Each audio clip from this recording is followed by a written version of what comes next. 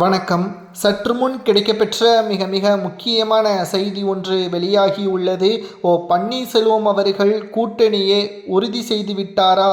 OPS, Sasikala, TTV Dinakaran, Vaithilingam, Bengaluru Pugazhendhi அதிமுகவில் இருந்து ஒருபோதும் மீண்டும் இணைய முடியாது என்ற காரணத்தினால் தாவேகாவுடன் கூட்டணி வைப்பது உறுதிதான் என்பதை செங்கோட்டையன் அவர்கள் நேற்று தெரிவித்திருந்தார்.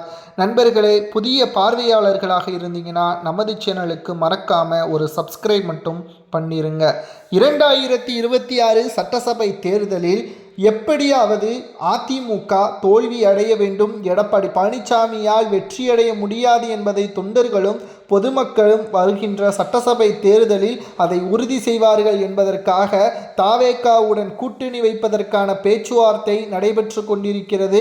வருகின்ற பொங்கலன்று நிச்சயமாக ஓபிஎஸும், டிடிவி தினகரனும், சசிகலாவும், பெங்களூரு புகழேந்தியும் தாவேகாவின் தலைமையிலான கூட்டணியை உறுதி செய்வார்கள் என்ற தகவல் தற்பொழுது செங்கோட்டையன் அவர்களால் நேற்று விமான நிலையத்தில் கூறப்பட்டுள்ளது. ஆனால் இதை பற்றி பன்னீர்செல்வம் அவர்கள் தரப்பிலிருந்து எந்த ஒரு தகவலும் கிடைக்கவில்லை. ஆனால் பன்னீர்செல்வம் அவர்களது மிக முக்கியமான நிர்வாகிகளுடன் நாம் தொடர்பு கொண்டு பேசும் பொழுது நிச்சயம் தாவேகாவுடன் தான் கூட்டணி வைப்பதற்கான சாத்தியங்கள் இருப்பதாக தகவல்களும் கிடைக்கப்பெற்றுள்ளது.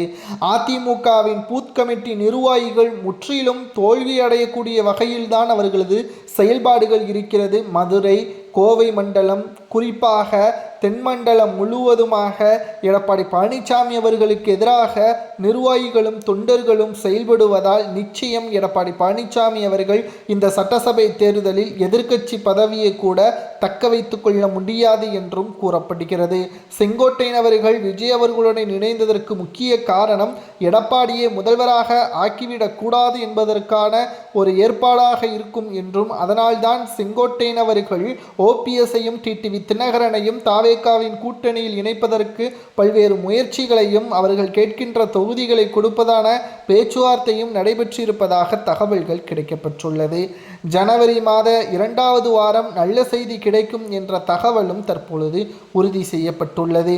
ஓபிஎஸ் அவர்கள் தாவேகாவின் தலைமையை ஏற்று கூட்டணிக்கு செல்வது ஓபிஎஸ்ஸின் அரசியல் வாழ்க்கைக்கு வளர்ச்சியை ஏற்படுத்துமா அல்லது அவர் அரசியலிலிருந்து ஓய்வு பெறுவதற்கான ஒரு ஏற்பாடாக விஜய் அவர்களது கூட்டணி அமையுமா என்பதை உண்மையான அதிமுகவின் தொண்டர்களும் பொதுமக்களும் கமெண்ட் வாயிலாக கூறுங்கள்.